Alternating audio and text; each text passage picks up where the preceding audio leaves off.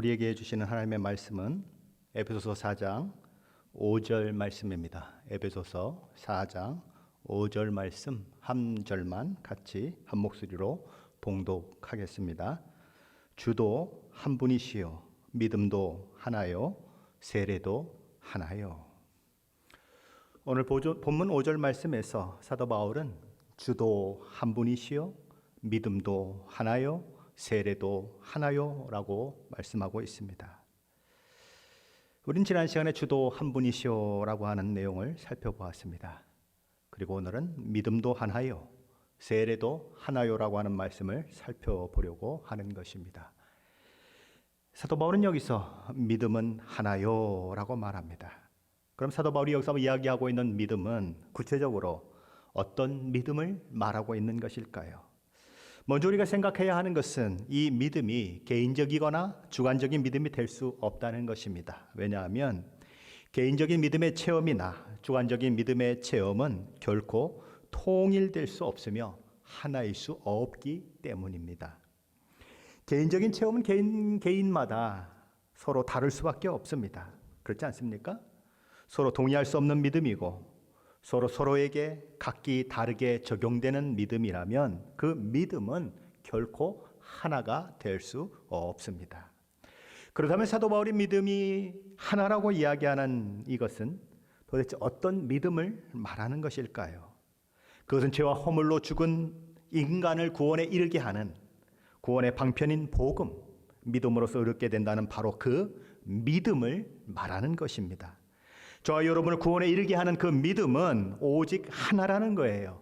이 믿음은 성자 하나님께서 성육신하시고 십자가에 죽으시고 부활 승천하심으로 이루신 우리를 구원하신 복음과 관련된 믿음입니다. 사도 바울은 고린도전서 15장 3절로 4절에서 복음을 이렇게 설명합니다. 고린도전서 15장 3절과 4절 말씀인데 현대 성경으로 함께 읽어보시겠습니다. 나는 내가 받은 가장 중요한 것을 여러분에게 전하였습니다. 그것은 그리스도께서 성경 말씀대로 우리 죄를 위해 죽으시고 무덤에 묻히셨다가 3일 만에 다시 살아나셨다는 것입니다. 우리 주님은 우리 죄를 대신하시기 위해서 십자가에서 죽으셨고 우리를 의롭다 하시기 위해서 살아나셨습니다. 부활하셨습니다. 그게 복음의 메시지요. 그것을 믿는 자는 구원을 얻는다는 거죠. 로마서 10장 9절로 10절 말씀도 같은 맥락의 말씀을 우리에게 전달해 주고 있습니다. 로마서 10장 9절과 10절 말씀인데 화면을 보시면서 같이 읽어보시겠습니다. 내가 만일 내 입으로 예수를 주로 시인하며 또 하나님께서 그를 죽은 자 가운데서 살리신 것을 내 마음에 믿으면 구원을 받으리라. 사람이 마음으로 믿어 의에 이르고 입으로 시인하여 구원에 이르느니라.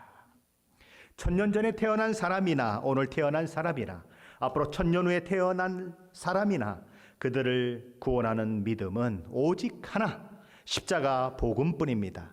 교회를 다니는 사람들이든 절에 다니는 사람이든 유대인의 회당에 다니는 사람이든 회교사원에 다니는 사람이든 그들을 구원하는 믿음은 오직 하나, 십자가 복음뿐입니다. 부자든 가난하든 상관이 없습니다. 박사학위를 10개를 가지고 있던 일자 무식이든 상관이 없습니다. 그들을 구원하는 믿음은 오직 하나, 십자가 복음뿐입니다. 로마서 1장 16절로 17절 말씀에서 사도 바울은 그 복음에 대해서 이런 이야기를 하고 있습니다. 우리 화면을 보시면서 함께 읽어보겠습니다.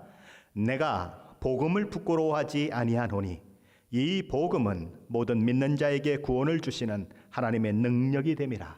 먼저는 유대인에게요 그리고 헬라인에게로다. 복음에는 하나님의 의가 나타나서 믿음으로 믿음에 이르게 하나니 기록된 바 오직 의인은 믿음으로 말미암아 살리라 함과 같으니라. 사도 바울은 내가 복음을 부끄러워하지 않는다고 선언합니다. 왜냐하면 이 복음은 모든 믿는 자에게 구원을 주시는 하나님의 능력이 되기 때문이다. 유일한 구원의 근거이기 때문이다 라고 그는 이야기하는 것입니다. 사도 바울은 갈라디아 성도들에게 보낸 편지인 그 갈라디아서 서두에서 자신이 누구에 의해서 사도로 부르심을 받았는지를 이야기합니다. 그리고 갈라디아 성도들에게 인사를 나누면서 축복 기도를 한 후에 곧바로 우리 주님께서 하신 일이 무엇인지를 이렇게 설명합니다. 갈라디아서 1장 4절 5절 말씀인데 우리 같이 화면을 보시면서 읽어보겠습니다. 그리스도께서 하나님 곧 우리 아버지의 뜻을 따라 이 악한 세대에서 우리를 건지시려고 우리 죄를 대속하기 위하여 자기 몸을 주셨으니 영광이 그에게 세세토록 있을지어다. 아멘. 간단한 내용 같지만 이 말씀은 복음을 아주 잘 설명해주고 있습니다. 사도 바울의 이 편지는 갈라디아 성도들을 위해서 보내진 편지인데 사도 바울은 거기서 인사말을 나누고 축복 기도를 끝나자마자 이렇게 복음에 대해서 설명을 하고 있습니다. 보통 편지 형식을 따른다면 뭐 이런 일도 있었고 저런 일도 있었다라고 이야기하고 난 후에 그리고 자기가 얘기하고 싶은 것을 나중에 이렇게 집어넣으면 될 것 같은데 사도 바울은 너무 급할 정도로 이 편지의 서신의 그런 어떤 순서를 따르지 않고 갑작스럽게 복음에 대한 이야기를 하고 있는 것입니다. 무엇이 그로 하여금 그렇게 성급하고 급하게 복음을 나누게 만들었을까요? 그 이유는 갈라디아 성도들이 자신들을 구원하는 믿음을 굳게 붙잡지 못하고 이리저리 흔들리고 있었기 때문입니다.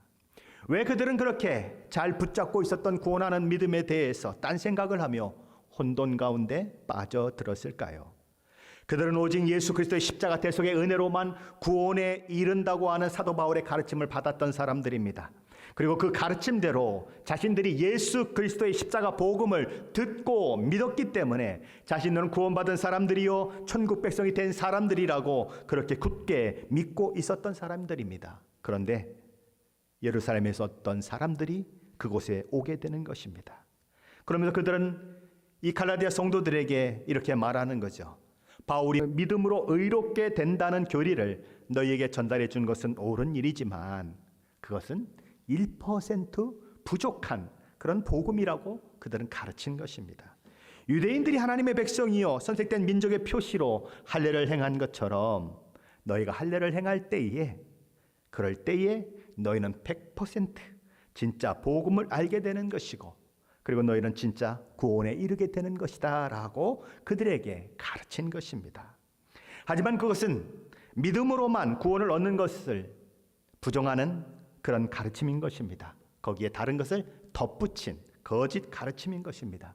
그러게 사도 바울은 우리를 구원에 이르게 하는 믿음은 오직 하나, 우리 주 예수 그리스도의 십자가 대속의 은혜를 믿는 믿음뿐이라고 갈라디아 성도들에게 다시 일깨워야 할 필요를 느꼈던 것입니다. 그래서 갈라디아 서신을 기록하게 된 것이지요. 사도 바울은 다른 복음, 다른 믿음을 따라가는 갈라디아 성도들에게 무엇을 말하고 있습니까? 갈라디아서 1장 7절로 8절 말씀인데 우리 함께 읽어보겠습니다. 다른 복음은 없나니 다른 어떤 사람들이 너희를 교란하여 그리스도의 복음을 변하게 하려 함이라. 그러나 우리나 혹 하늘로부터 온 천사라도 우리가 너희에게 전한 복음 외에 다른 복음을 전하면 저주를 받을지어다. 바울이 전한 복음 외에 다른 것들은 서로 복음의 다른 어떤 것을 1%만 추가한다고 하더라도 그것은 잘못된 것이며 그것은 우리를 구원하는 복음이 될 수 없다고 선언하는 것입니다. 그거는 복음이 아닌 복음이요 순수한 복음에 이것과 저것을 첨가한 사이비 복음이다. 진리가 아니다 라고 이야기하는 것입니다. 만일 그런 이상한 복음을 전하는 자들이 있다면 그가 비록 사도들이라고 하더라도 심지어 하늘에서 내려온 천사라고 하더라도 저주를 받아야 마땅하다고 그런 이야기하는 것입니다. 사도 바울이 이렇게까지 강도 높게 다른 복음을 전하면 저주를 받을지어다 라고 선언하는 이유는 무엇일까요? 한 영혼이 죽느냐 사느냐 하는 것이, 영혼이 멸망하느냐 영혼이 사느냐 하는 것이 이 복음에 달려있기 때문인 것입니다. 불이 났어요. 그런데 어떤 사람이 그 안에서 자고 있어요. 그래서 밖에서 있는 사람이 소리를 치게 되죠.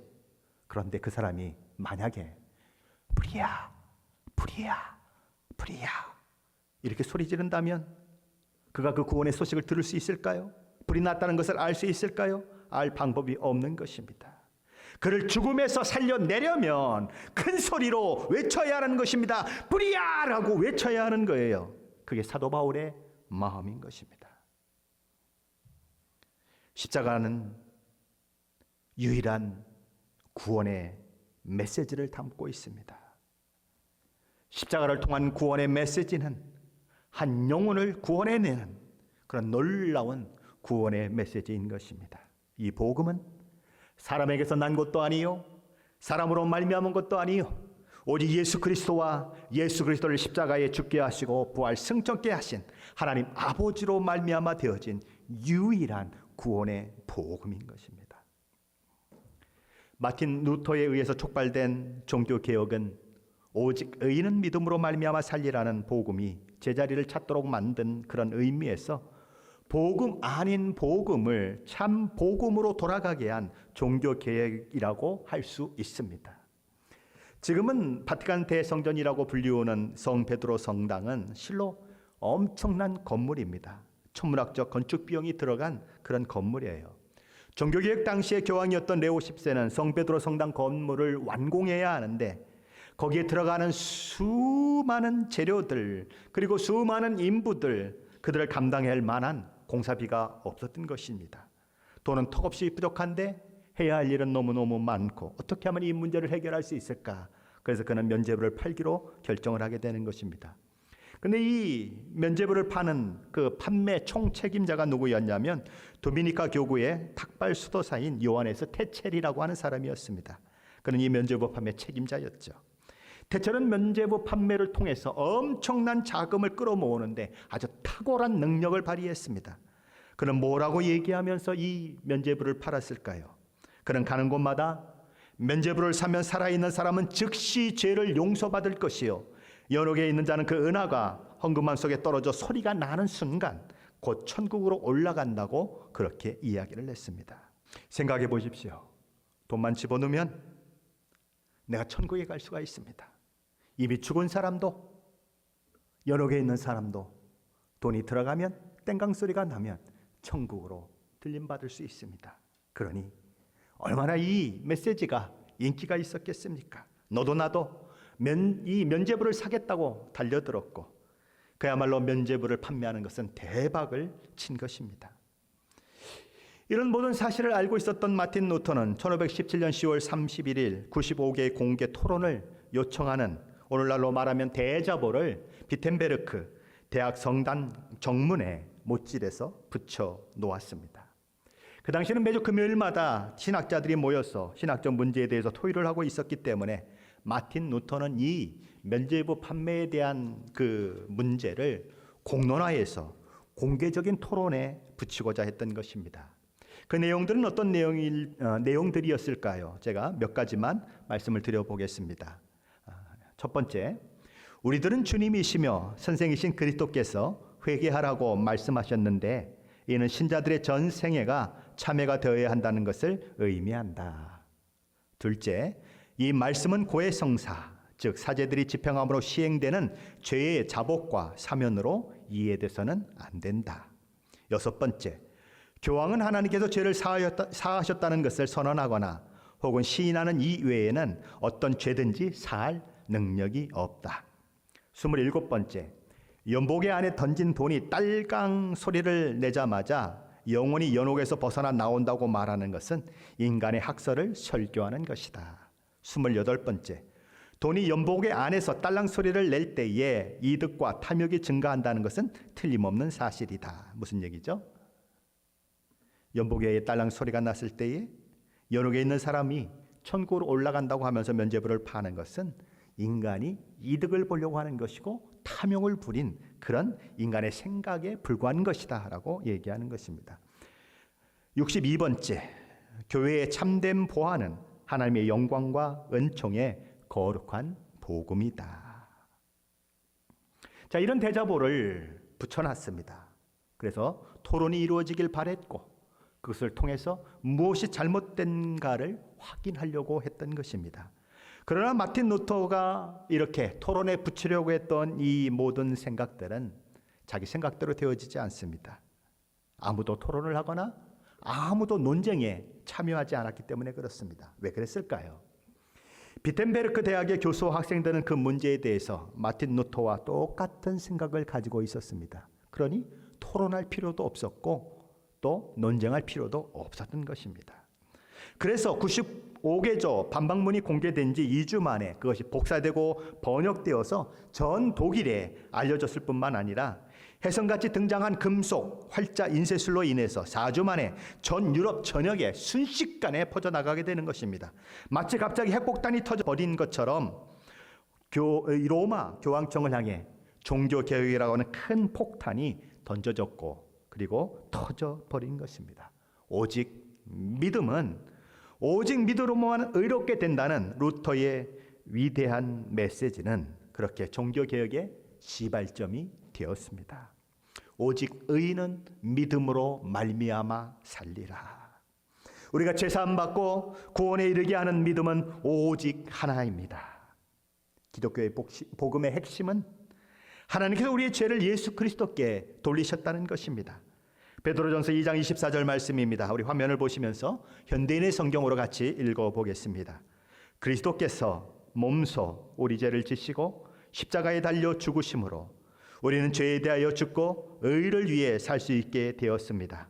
그분이 매맞고 상처를 입으심으로 여러분이 낫게 된 것입니다.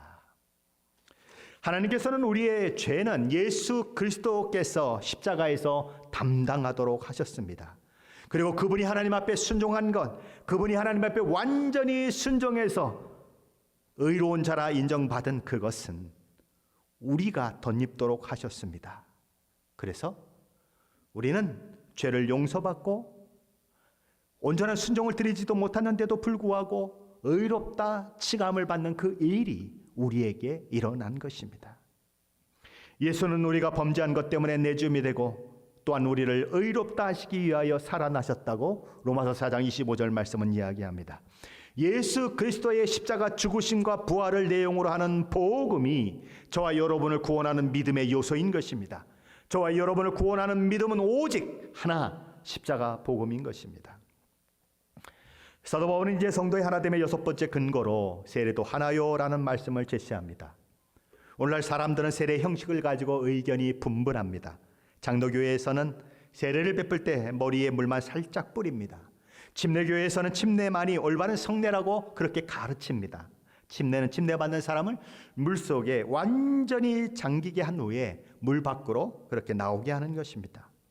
장로교에서 침례를 받았다고 하더라도 침례 교인이 되려면 그들은 다시 침례를 받아야 한다고 주장합니다. 그러나 장로교회는 침례교회에서 침례를 받았다면 다시 세례를 베풀지 않습니다. 이렇게 장로교 침례교가 한쪽은 세례를 받아야 한다고 얘기를 하고 한쪽은 침례를 베풀어야 한다고 얘기하는데 어떻게 세례가 하나가 될 수 있을까요?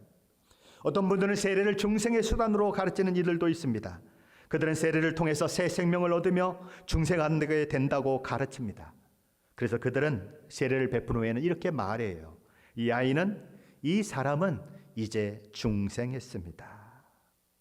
그러나 세례가 중생을 만들어낸다고 하는 것은 위험한 주장입니다. 반대로 세례를 받지 않았다고 해서 그가 구원받지 않는 사람이라고 주장하는 것도 올바른 주장이 아닌 것입니다. 예수 그리스도와 함께 십자가에 못 박힌 한 강도를 기억하십니까? 그 강도가 당신의 나라가 임하실 때에 나를 기억해 주십시오라고 예수님께 이야기했더니 예수님이 이렇게 말씀하셨습니다. 내가 오늘 나와 함께 낙원에 있으리라. 그는 이 말씀을 듣고 세례를 받았을까요? 십자가에서 내려와서 세례를 받고 다시 올라가서 십자가에 매달려 죽었을까요? 아닌 것입니다. 그럴 시간이 없었어요. 그는 세례를 받지 못하고 그냥 십자가에서 죽었습니다. 그런데 우리 주님은 그를 향해서 내가 오늘 나와 함께 낙원에 있으리라 라고 이야기했습니다. 세례받지 않았지만 그는 구원에 참여하는 자가 되었고 그는 하늘나라를 갈 수 있는 그런 은혜를 경험하게 되는 것입니다. 우리는 종종 죽음을 앞둔 사람들의 죽음을 보기도 합니다. 평생 예수 그리스도를 믿지 않다가 죽음의 문턱에서 예수 그리스도를 영접하고 죽어가는 사람들이 있습니다. 그가 정말 예수를 믿었다면 그는 세례를 받지 않았음에도 불구하고 구원받은 것이요 천국을 소유한 사람이 되는 것입니다. 세례를 받았느냐 받지 않았느냐 하는 것이 구원과 상관이 없다는 것입니다. 물을 뿌리느냐 물에 담그느냐 하는 것도 그러므로 상관할 필요가 없는 것입니다. 물론 나름대로 이런 형식의 세례가 더 깊은 의미로 다가온다고 주장할 수 있을지는 모르지만, 그러나 어차피 그 세례를 받는 것이 구원을 보장하지 않는다면 굳이 교단이 달라지고 너희 세례는 잘못된 것이니 다시 받아야 한다고 주장할 만한 그런 이유는 없는 것입니다. 세례는 형식이 중요한 것이 아니라 그 의미가 중요하다는 것입니다. 자, 그렇다면 사도 바울이 세례도 하나요? 라고 말을 하고 있는데 그 의미는 무엇일까요? 오늘 5절 말씀은 주도 한 분이요, 믿음도 하나요, 세례도 하나요? 라고 말씀합니다. 여기서 말하는 믿음도 그래서, 여기서 말하는 세례도 그래서 다 한 분이신 우리 주님 예수 그리스도의 사역과 연관되어 있다고 하는 것을 우리는 기억해야 하는 것입니다. 오순절날 사람들이 베드로 설교를 듣고 이렇게 소리치지 않습니까? 우리가 어찌할꼬? 그때 베드로가 이렇게 대답합니다. 사도행전 2장 38절 말씀이죠. 같이 읽어보겠습니다. 사도행전 2장 38절 말씀입니다. 너희가 회개하여 각각 예수 그리스도의 이름으로 세례를 받고 죄 사함을 받으라. 그리하면 성령의 선물을 받으리라. 여기 누구의 이름으로 세례를 받으라고 말씀하고 있습니까? 예수 그리스도의 이름으로 세례를 받으라고 말씀합니다. 예수님은 마태복음 28장 19절에서 분명히 이렇게 말씀하셨어요. 아버지와 아들과 성령의 이름으로 세례를 주라. 그래서 오늘 이 많은 교회들은 어떻게 세례를 줍니까? 내가 성부 하나님과 성자 하나님과 성령 하나님의 이름으로 세례를 주노라 라고 세례를 주는 것입니다.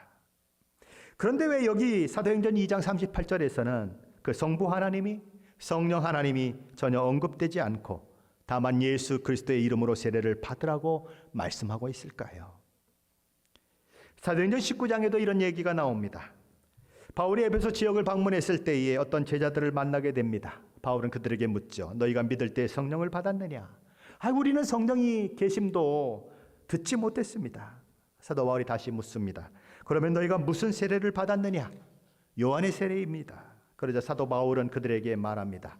너희에게 세례를 준 요한이 이야기하기를 내 뒤에 오시는 이를 믿으라 하였는데 그가 바로 예수라 라고 그들에게 설명하는 것입니다. 그래서 그들은 사도행전 19장 5절 말씀에 보면 이렇게 기록이 되고 있는 것입니다. 그들이 듣고 주 예수의 이름으로 세례를 받으니라. 여기도 보면 다만 주 예수의 이름으로 세례를 받으니라 라고 되어 있습니다. 성부 하나님, 성령 하나님에 대한 언급이 전혀 없습니다. 그렇다면 왜 예수의 이름으로 세례를 받았다는 사실만 언급되고 있을까요? 이유가 무엇일까요? 우리는 세례가 의미하는 것이 무엇인가 하는 것을 살펴봄으로써 그 답을 찾을 수가 있습니다. 자, 세례라고 하는 것은, 물로 세례를 베푼다고 하는 것은 어떤 의미를 가질까요? 물로 몸을 씻어내는 것처럼, 물로 몸에 더러운 것을 씻어내는 것처럼 세례를 받는다고 하는 것은 우리의 죄를 씻음 받는 것을 상징하는 그런 예식인 것입니다. 자, 우리 히브리서 10장 22절 말씀인데 우리 함께 읽어 보시겠습니다. 우리가 마음의 뿌림을 받아 악한 양심으로부터 벗어나고 몸은 맑은 물로 씻음을 받았으니 참 마음과 온전한 믿음으로 하나님께 나아가자. 우리 세번역 성경을 한 번 더 읽어볼까요? 그러니 우리는 확고한 믿음을 가지고 참된 마음으로 하나님께 나아갑시다. 우리는 마음에다가 예수의 피를 뿌려서 죄책감에서 벗어나고 맑은 물로 몸을 깨끗이 씻었습니다. 세례가 무엇인가? 예수 그리스도의 피로 우리의 모든 죄가 깨끗이 씻은 내적인 정결함을 외적으로 세례를 통해서 내가 정결케 되었다고 하는 것을 모든 사람들 앞에서 그렇게 고백하고 성자 하나님, 성부 하나님, 성령 하나님 앞에서 그것을 믿음의 신앙으로 고백하며 받는 것, 그것이 바로 세례라는 것입니다. 이 물로 세례를 베푼다고 하는 것의 또 다른 의미는 그것이 예수 그리스도 안으로, 예수 그리스도의 영향권 안으로 들어가게 되었다고 하는 것을 상징적으로 보여주는 예식이라고 하는 것입니다. 우리가 전에는 세상에 속한 자요 세상의 영역에 속한 자였습니다. 우리가 그리스도인이 된 순간에 우리는 세상의 영역에서부터 그리스도의 영역으로 옮겨지는 것입니다. 그것을 상징하는 예식이 뭐라고요? 세례 예식이라는 것입니다. 골로새서 1장 13절로 14절 말씀인데 우리 같이 읽어 보시겠습니다. 그가 우리를 흑암의 권세에서 건져내사 그의 사랑의 아들의 나라로 옮기셨으니 그의 아들 안에서 우리가 성량 곧 죄 사함을 얻었도다. 어디서 건져졌다고요? 흑암에서 건져져서 그의 사랑의 아들의 나라로 옮겨졌다라고 얘기하는 것입니다. 사도 바울은 로마서 6장 3절과 4절에서 세례의 의미를 또한 이렇게 얘기하고 있습니다. 우리 로마서 6장 3절과 4절 말씀인데 함께 읽어보겠습니다.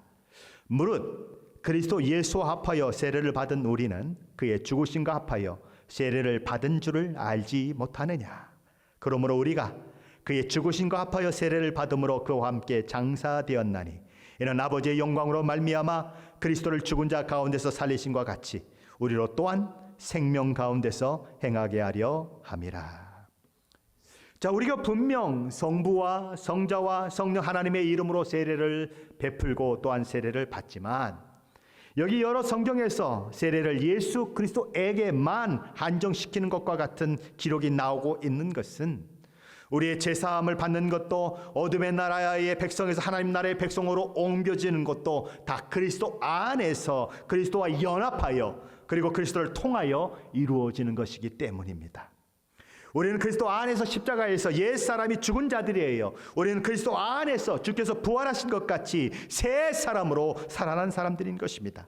세례를 받았든지 안 받았든지 세례의 형식이 물을 뿌리는 것이든지 물에 담그는 것이든지 상관없이 진정으로 예수를 믿음으로 예수 그리스도와 영적으로 한 몸을 이루고 있는 사람, 성령께서 그 속에 내주하고 있는 사람은 다 구원받은 사람이요 하나님의 아들과 딸이 된 사람들인 것입니다. 그것이 세례의 의미라는 거예요. 믿음도 하나요, 세례도 하나입니다. 그렇다면 우리는 어떻게 살아야 할까요? 저와 여러분이 하나님의 용서를 받았다면 용서받은 사람처럼 살아야 하는 것입니다. 만일 예수께서 저와 여러분의 다리를 고쳐주셨습니까? 그러면 더 이상 안진뱅이가 되어서 앉아있지 말고 걸어 다녀야 하는 것입니다. 저와 여러분을 주님께서 깊은 절망과 슬픔의 감옥의 문을 열어주셨습니까? 그렇다면 거기 감옥에 계속 머물러 있지 말고 당당히 감옥 밖으로 나가셔야 하는 것입니다. 갈라디아서 5장 1절 말씀 우리에게 이런 권면의 말씀을 하고 있습니다. 갈라디아서 5장 1절 말씀인데 같이 읽어보겠습니다. 그리스도께서 우리를 자유롭게 하려고 자유를 주셨으니 그러므로 굳건하게 서서 다시는 종의 멍에를 매지 말라. 미국 남북 전쟁에서 링컨이 대통령으로 있는 북군이 있었죠. 그리고 노예 해방을 반대하는 남군이 있었습니다. 이 서로 노예 해방을 놓고 싸움을 벌이게 되는 것을 이제 남북 전쟁이라고 이렇게 불리웁니다. 자, 그런데 북군이 승리하게 됨으로써 노예 해방이 이루어져요. 그리고 노예로부터 해방되어서 흑인 인권 운동가로 그리고 교육자로 삶을 살았던 사람 중에 부커 워싱턴이라고 하는 사람이 있습니다. 그의 아버지도 어머니도 형제들도 그리고 본인도 어리지만 노예로 살았던 사람입니다. 그의 어린 시절 농장의 다른 노예들과 마찬가지로 부커 역시 날마다 닭 우는 소리에 잠을 깨곤 했습니다. 동이 트려면 아직 한참 남은 이른 시간이었지만 수탉이 울면 노예들은 침상에서 기어 나와서 목가밭으로 나가야 했습니다. 그렇게 긴 세월 동안 그 수탉 우는 소리는 압제받는 삶과 등골이 빠지는 중노동을 시작하는 그 시간을 알리는 자명종과 같은 그런 역할을 했던 거죠. 자, 그러던 차에 노예 해방령이 내려졌습니다. 인건 대통령이 노예 해방을 선언한 것입니다. 노예 해방이 선언된 다음 날 새벽에도 닭은 울었을까요? 너무 쉬워서 답을 안 하시나요? 당연히 울었습니다. 부커는 그 닭 울음소리에 잠이 깨었어요. 그의 부모들은 습관적으로 잠이 깨어서 일어납니다. 그러나 그날은 어제와 다른 날이었습니다. 어떻게 달라졌을까요? 갑자기 부커의 어머니가 도끼를 집어들었습니다. 그리고 헛간주의를 돌아다니면서 수탉을 쫓았습니다. 그리고 그날 점심 부커의 식구들은 매일 새벽을 깨우는 자명종 시계를 튀겨서 맛있게 뜯어 먹어버렸습니다. 자유인으로서 처음 해야 할 일이 무엇일까요? 노예의 기억을 되살리는 상징물을 침묵시키는 것입니다. 주위를 살펴보십시오. 무엇이 죄에서 자유함을 얻은 저와 여러분을 다시 얽매이게 하려고 하고 있습니까? 복음 안에서 평안을 누리고 있는 저와 여러분의 심령을 무엇이 새벽마다 단잠을 깨우는 수탉처럼 흔들어 놓고 있습니까? 우리는 복음으로 자유함을 얻게 되었다면 그 복음의 자유를 흔들고 우리의 평강을 흔드는 그 모든 것들을 향하여 부커의 어머니처럼 도끼를 높이 쳐들어야 하는 것입니다. 그리고 노예의 삶으로 우리를 불러내는, 우리의 평안을 뒤흔들어대는 그 수탉의 울음소리를 멈추게 하기 위해서 그를 죽여 잡아 튀겨 먹어버려야 하는 것입니다. 저와 여러분은 복음을 어떻게 이해하고 있습니까? 여러분에게 복음은 여러분의 삶과 어떻게 실제적으로 연결되어 있습니까? 이 십자가의 복음은 언제 여러분 자신의 것이 되었습니까? 피 묻은 십자가의 그 복음이 가슴 속에 있으십니까? 십자가의 복음 때문에 초대교회 성도들은 비방의 대상이 되었습니다. 마을에서 쫓겨나고 가족들로부터 쫓겨났습니다. 요즘 말로 말하면 어디를 가나 왕따 취급을 받았습니다. 어떤 이들은 수많은 사람들이 대형 운동장에 모여 구경하는 가운데 벌거벗겨진 때 짐승들에게 찢겨 죽기도 했습니다. 쇠사슬에 묶인 채 차가운 감옥에서 죽어간 사람들도 있습니다. 어떤 이들은 가지고 있는 재산을 다 빼앗겼어요. 평생 모았던 모든 것을 다 빼앗기고 하루아침에 알거지가 되기도 했습니다. 그보다 더 큰 아픔은 자녀들이 눈앞에서 죽어가는 그 모습을 봐야 하는 것이었어요. 자식들이 부모의 눈앞에서 죽어갈 때에 부모들은 얼마나 고통스러웠고 얼마나 절망했고 얼마나 울부짖었겠습니까? 그렇게 핍박당하고 고통스럽게 만들었던 그 사람들은, 그렇게 핍박하고 고통스럽게 만들었던 그들은 말합니다. 너 이래도 예수 믿을래? 너 이래도 예수 믿는 거 포기하지 않을래? 더 쉽게 말하면 이런 질문이죠. 예수가 다냐? 다 빼앗겨도, 다 없어져도 예수면 다냐? 그 시대 진실한 신앙인들은 말했습니다. 그래, 맞다. 예수가 다다. 너희가 모든 것을 빼앗을 수는 있지만 나를 예수님께로부터는 빼앗아갈 수 없다. 너희가 내 심장을 도려낼 수는 있을지 모르지만 내 심령 가운데 있는 예수는 도려낼 수 없다. 너희가 내 목을 자를 수는 있겠지만 우리의 영적 머리가 되신 예수 그리스도부터 나를 떼어낼 수는 없다. 그래, 맞다. 내겐 예수가 다다. 그러며 모든 고난, 모든 공포, 모든 죽음을 그들은 맞닥뜨렸습니다. 그래, 맞다. 내겐 예수가 다다. 그러며 모든 고난, 모든 공포, 모든 죽음을 맞닥뜨렸습니다. 코로나 바이러스로 인해 죽음의 공포가 밀려옵니다. 가게 매상은 반에 반토막이 되어버렸습니다. 직장에서는 해고되었습니다. 내일이 너무 무섭습니다. 걱정과 두려움이 몰려옵니다. 먹고 살아야지. 예수가 밥 먹여주냐? 그래도 예수가 다냐? 맞다. 예수가 다다. 나 같은 것을 위해서 이 땅에 오시고 나 같은 것을 위해서 구원하시기 위해서 십자가에 죽으시고 나 같은 것을 의롭다 하시기 위해서 부활하신 그 예수는 나의 왕이요 나의 주인이시다. 그렇다. 예수가 다다. 난 예수의 사랑 하나면 충분하다. 비록 무화과 나무가 무성하지 못하며 포도나무에 열매가 없으며 감람나무에 소출이 없으며 밭에 먹을 것이 없으며 우리의 양이 없으며 외양간에 소가 없을지라도 나는 여호와로 말미암아 즐거워하며 나의 구원의 하나님으로 말미암아 기뻐하리로다. 아멘. 복음이면 충분합니다. 십자가의 복음 하나면 충분합니다. 내가 이 복음을 부끄러워하지 아니하노니 이 복음은 모든 믿는 자에게 구원을 주시는 하나님의 능력이 됨이라. 십자가의 복음은 사망 권세를 이깁니다. 십자가의 복음은 사탄의 권세를 깨부숩니다. 십자가의 복음은 영원한 멸망에 처할 인간을 구원해냅니다. 십자가의 복음은 완악하고 거짓되고 더러운 인간을 근본적으로 뒤집어 놓습니다. 새 사람이 되게 만듭니다. 십자가의 복음은 저와 여러분을 하늘 시민이요 하나님의 자녀가 되게 만듭니다. 십자가 복음은 고통과 역경 가운데서도 모든 것을 견디게 하는 능력입니다. 십자가 복음은 절망의 어둠 속에 비치는 소망의 빛입니다. 십자가 복음은 저와 여러분의 삶의 이유입니다. 십자가 복음은 저와 여러분의 유일한 자랑입니다. 십자가 복음이면 충분합니다. 믿음도 하나요 라고 하는 말 속에 들어있는 의미인 것입니다.